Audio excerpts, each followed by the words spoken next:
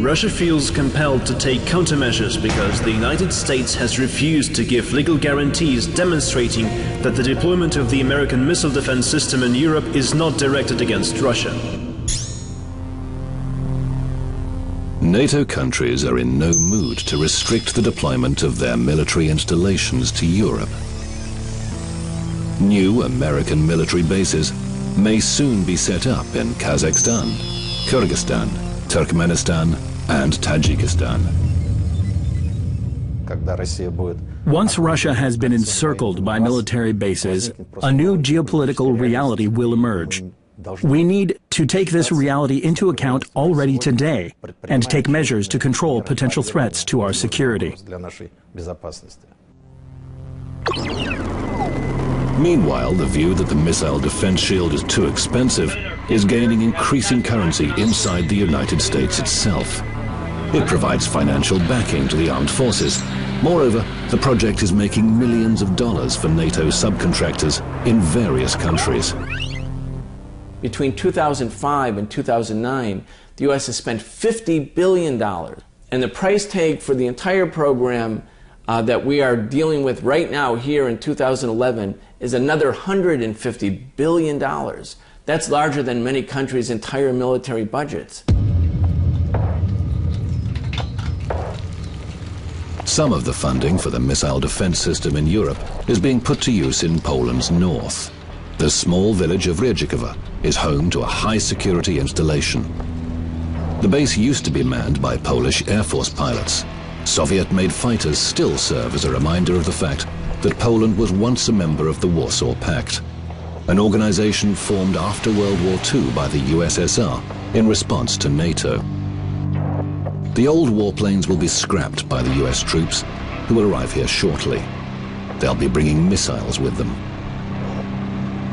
Local residents have already been told that they won't be getting any compensation for having the new arsenal placed so close to their homes.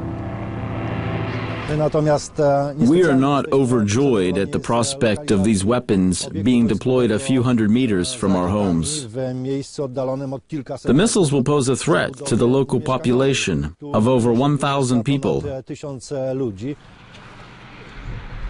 Elizabeta Domanska, a schoolteacher, came to Redzikowo from Warsaw a long time ago. She knows only too well what the villagers think about the military installation. Most of the people living here are farmers. Of course, they were very worried after hearing news of missile deployment. For the time being, though, the base and we are going our separate ways. But even first graders in the village of Redzikowo are aware of the military base. But the school children don't fully understand the threat. So their teachers bring them up to date in the classroom. Good morning. Please take your seats. Today, we start with a history lesson. Elizabeta Domanska teaches her pupils about military conflicts. She insists that people should never forget history's lessons if future conflict is to be avoided. The military base in Redzikowo is in full view of the school. As the teacher tells her pupils about World War II, they visualize the base as a symbol of the past, the present, and the future. German troops once used the territory just outside our school. Later, Polish pilots served here. No doubt you know that an American military base is going to be set up here. And there is going to be a new entry in the history books because of it.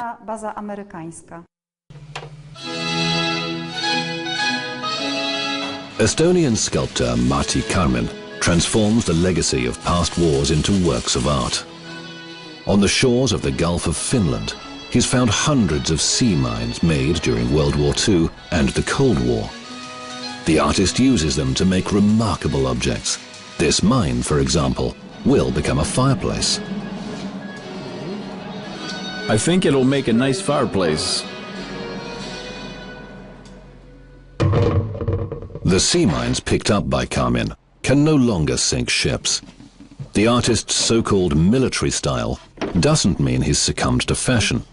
Instead, it's an attempt to create works of art, using something that was originally intended for destruction and murder. You can make anything you like from these oval-shaped mines. You can make sculptures out of them. You can even make a race car.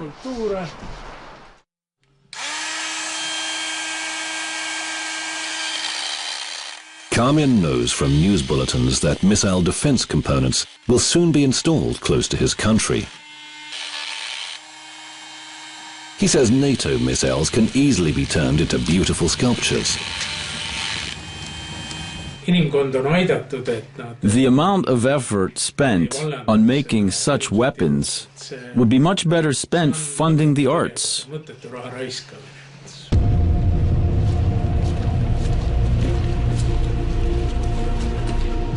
The people involved in this experiment testing their capacity for survival in a nuclear aftermath have finally reached their destination, an abandoned military bunker. Now they need to take a breather and warm up near a campfire.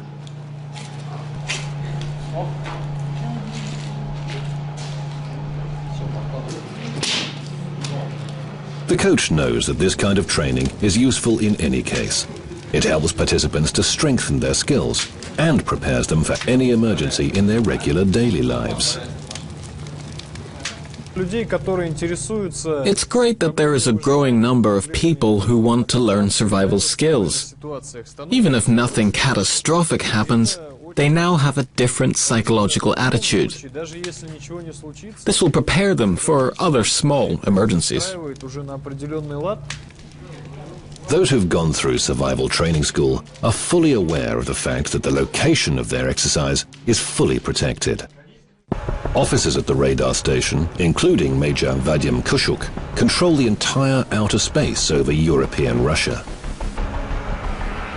The Outer Space Control Center has given instructions to track an artificial Earth satellite. All monitored operational information is fed to the Outer Space Control Center. First target acquired. Classification, artificial Earth satellite. Distance, 1450. Azimuth, 333.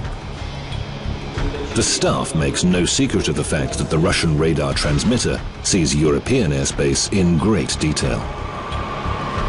The station's unique radar tracks even submarine-launched missiles in the Barents and White Seas, the Sea of Okhotsk, and around the North Pole.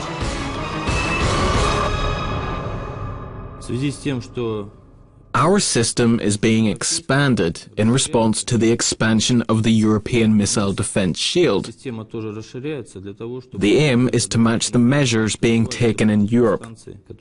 New stations are being commissioned here to respond to NATO's activities.